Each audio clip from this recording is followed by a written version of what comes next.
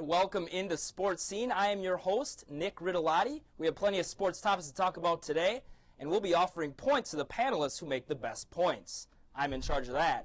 Before we get to the topics today, let's meet our esteemed panel, UWL students who moonlight as sports enthusiasts. Up first, don't call it a comeback, it's Drew White. Noelle Anderson. From the land of 10,000 lakes and a man with 10,000 dates, Braden Schrupp. And I didn't sign up to be here, but I'm going to try my best, Courtney Duerwachter. Now, as I said earlier, I'm going to be in charge of offering out points based on the panelists. If they make a good point and I like it, I'll offer them points. First round, everybody who makes a good point gets 5 points increased by the round. Let's get to the first topic. This has been a hot topic in Major League Baseball here. It's been growing over the past 24-hour news cycle. Ozzie Guillen, skipper of the Miami Marlins, as usual, made some controversial and brass comments, this time in a Time magazine interview, made some remarks about his respect and admiration for Cuban dictator Fidel Castro. Now, of course, being in the southern Florida region, a lot of people come over from Cuba trying to escape that persecution, and in his market and nationally, this has not gone and been received very well. A lot of heat right now on Ozzie. He has received a 5-game suspension. To break down the situation and give our opinions, let's start out first with Noelle.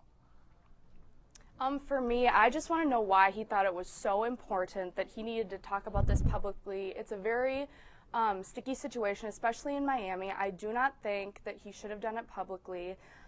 He quoted, "I'm not hurt about what I said, I'm hurt about how people reacted to it." So he doesn't really seem that upset about what he said, saying, "Oh, I haven't slept in 3 days," just to kind of cover up little things. But I definitely think there should be some punishment for him, and he shouldn't get out of this unscathed. Braden. First of all, I think that it's really disappointing that he would really say that. But as a public figure, you have to be aware of where you are and how people are going to react to what you say. And he's been in the MLB for a while. He knows this. He shouldn't be saying types of things that's going to be that controversial, especially in the Miami area.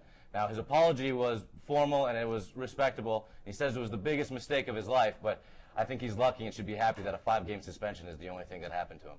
Courtney?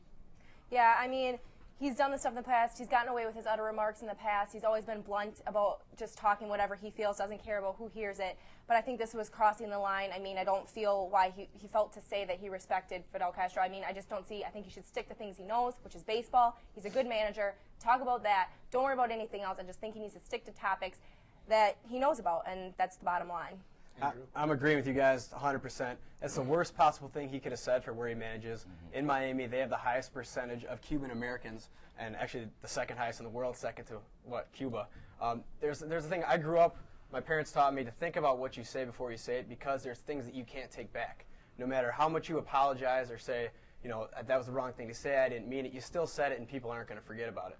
The thing with the Marlins is they spent a lot of money this offseason moving franchises. It wasn't Miami, they're renaming it, New Jersey's, all the free agents. They spent money they didn't have, and suspending him's a PR move because they need those Cuban Americans who populate that city to come to the ballpark and buy those tickets. So not only is this a bad look for Ozzie and the Marlins, it's a financially not a good thing. Very good points by all of you. I'm going to award 5 points to every panelist. This is a hot topic, a tough one to discuss, but y'all did a very good job breaking it down. I'll be interested to see if Ozzie Guillen changes his ways, if he becomes a little bit less brass, if he learns from this experience. Talking of a little bit more of a lighthearted topic, though, the 76th Masters tournament occurred over the last weekend, and Bubba Watson, at the end of the day, was the lone man standing. Fans had been hoping for Tiger Woods' revival to continue. Phil Mickelson looked like he was in contention, but in the end, it was Bubba Watson who won the tournament. Let's break down the tournament. What was intriguing about it? A lot of great historic things occurred. We'll start this out with Drew.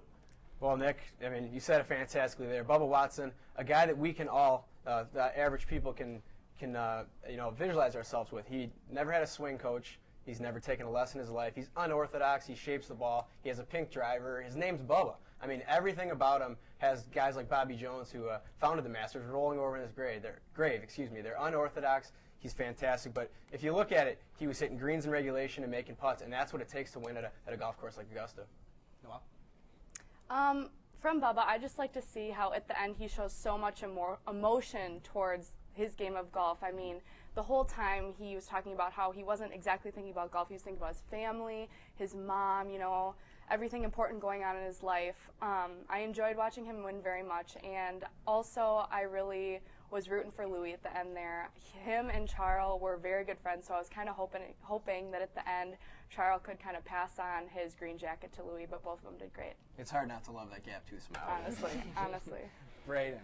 I like to point out the Masters and all these majors have been amazing for golf so far. Bubba Watson is the 14th different major winner in the last 14 majors, and I think that's extremely impressive. But the main thing I want to focus on is Tiger Woods and how he was blown up to, is he going to win the Masters? How good is he going to do? Because he had such a great tournament before. And just how that win earlier didn't lock up the Masters for him, this loss and his poor performance doesn't mean that he's not going to still come back and be the Tiger that we all want to see. He's still going to have his ups and downs, but still look ahead for Tiger to come back and win some majors in the future. Courtney. Yeah, I totally agree. Congrats to Bubba Watson. He has a great story. His dad passing away, having his son. It's just an emotional win, but a good one for him definitely. Phil Mickelson, you always got to have props to him. He's a good guy. He always plays. He's a crowd favorite. He always comes out to win. Plays hard. Always does. One more stat quick for you, Nick. The Masters didn't have a left-handed winner until 2003, and that was Mike Weir. Since then, 5 out of the last 10 have been left-handed. Well, 3 have been Phil Mickelson, but interesting stat, excuse me. And you know what? For that interesting stat, Drew, you take the points. That's good. Way to throw that in. Well, one last question that I'd like to throw out. I don't think we're going to have time to answer it on this topic, but what's more impressive, that tee shot on the third playoff by Bubba Watson or Oosthuizen's double eagle, only the 4th one recorded ever? Which one's going to go down as more historic? Probably Bubba Watson's because it's got to be Masters. It's got to be. 2 very impressive shots, though. Moving back onto a little bit more scandal in the sports world, the Saints are hoping to become the first team this season to ever host the Super Bowl in their home stadium by making it there. If they do, though, it will be with an interim head coach and some new faces on defense. NFL Commissioner Roger Goodell upheld the suspensions of Sean Payton for the NFL season, Greg Williams indefinitely, he'll probably never coach again, and Mickey Loomis, the GM of the Saints.